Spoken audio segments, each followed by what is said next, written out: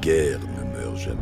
Salut à tous, c'est Sockwini97. J'espère que vous allez tous bien. Aujourd'hui, on se retrouve pour parler de tous les Fallout, du premier jusqu'au dernier, et plus précisément pour vous présenter la meilleure arme de chaque Fallout. Avant que cette vidéo ne commence, je tenais à vous remercier pour le palier des 13 000 abonnés que la chaîne a franchi. La chaîne se rapproche de plus en plus du palier des 20 000 abonnés, et cela est grâce à vous. Merci à celles et ceux qui se sont abonnés et qui continueront à s'abonner. Bienvenue à vous, et n'hésitez pas à vous abonner si le contenu vous plaît. D'ailleurs, n'hésitez pas à liker cette vidéo car celle-ci m'a demandé beaucoup de temps et de travail. Je remercie celles et ceux qui le feront. Et sans plus tarder, commençons cette vidéo. Et nous commençons avec Fallout 1, le tout premier, sorti le 29 septembre 1997. Dites-vous que je n'étais pas encore né à cette époque. La meilleure arme de ce Fallout, de ce tout premier Fallout, est le fusil à plasma turbo, avec un coup en point d'action de seulement 4 voire 2 grâce à tir rapide et cadence de tir bonus, et pour une moyenne de 52,5 points de dégâts par tir, le fusil à plasma turbo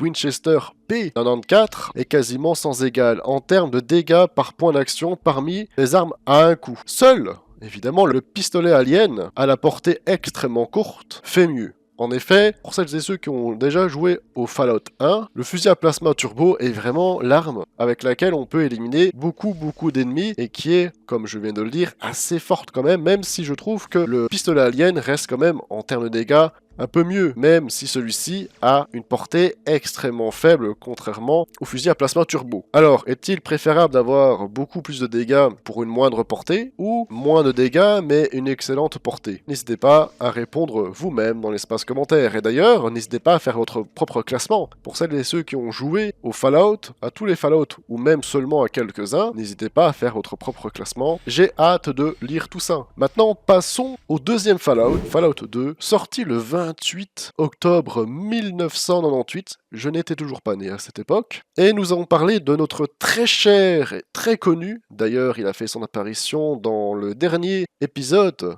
de la saison 2 de la série Fallout, le fusil de Gauss. Et oui, mesdemoiselles, mesdames et messieurs, le fameux fusil de Gauss que tout le monde connaît, mythique et incroyable, le fusil M72, l'arme de poing la plus chère du nord de la Californie post-apocalyptique, est extrêmement puissant et précis. Il possède la plus longue portée du jeu, évidemment à égalité avec son équivalent, le pistolet et le fusil de précision, et un chargeur de grande capacité, contenant, je pense, plus ou moins 20 cartouches. Ces dégâts considérables par balle et les propriétés perforantes des munitions EC de 2 mm font l'une des armes anti-blindage les plus efficaces du jeu. Et c'est même le cas pour les prochains Fallout qui sortiront. Le fusil de Gauss, une arme personnellement que j'apprécie beaucoup. Son design a varié dans les autres Fallout, mais il reste quand même une arme exceptionnelle, au design très futuriste et surtout que personnellement j'aime beaucoup. Le fusil de Gauss est donc, selon moi, la meilleure arme du jeu Fallout 2. Nous passons maintenant au prochain Fallout avec Fallout 3,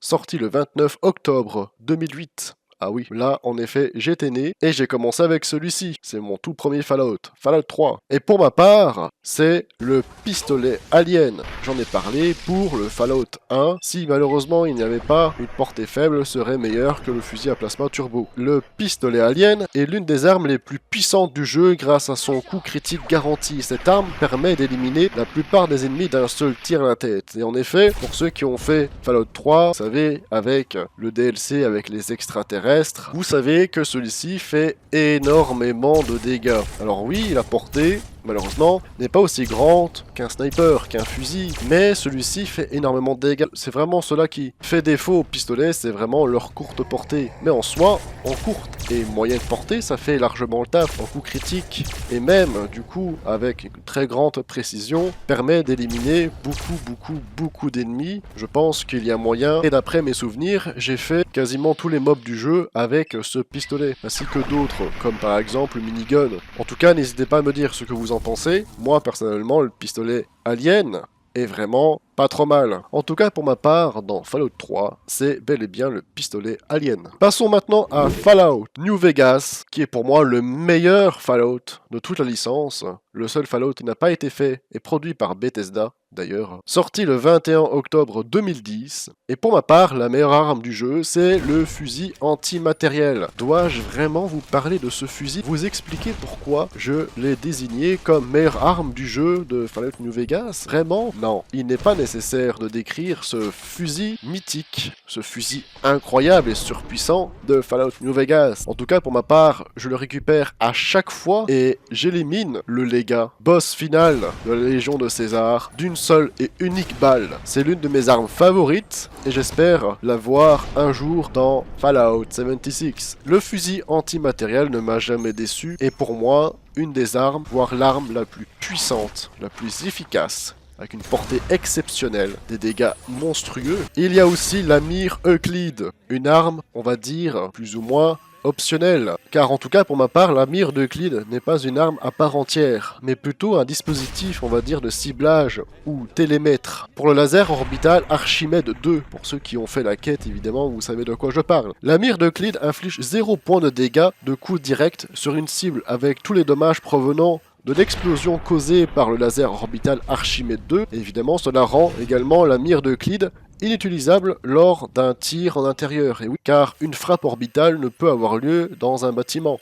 Dans la vraie vie, évidemment, le bâtiment serait complètement rasé, mais évidemment, dans un jeu vidéo, non, ça ne marche pas comme ça. Et heureusement, car du coup, je pense que il n'y aurait plus de bâtiments dans le monde de Fallout New Vegas, tous les bâtiments seraient complètement rasés. Donc une arme plutôt efficace, mais elle a malheureusement beaucoup de points faibles, notamment le fait de ne pas pouvoir tirer dans un bâtiment, le fait qu'il faut attendre 24 heures dans le jeu pour pouvoir tirer une deuxième fois, et surtout lorsque le ciblage est fait, on doit attendre quelques secondes, on va dire 5 secondes plus ou moins, avant que l'attaque ne tombe sur l'ennemi. Et si en face vous avez un écorcheur, il vous aura déjà couru dessus, sauté dessus et décapité avant même que le laser ne tombe. Et peut-être avec de la chance, lorsque votre tête roulera au sol, vous verrez peut-être le laser tomber, mais certainement pas sur l'écorcheur, car bien trop tard. En tout cas, une arme bien sympathique à utiliser, un peu comme le Fatman en dernier recours, ou en tout cas pour s'amuser un peu.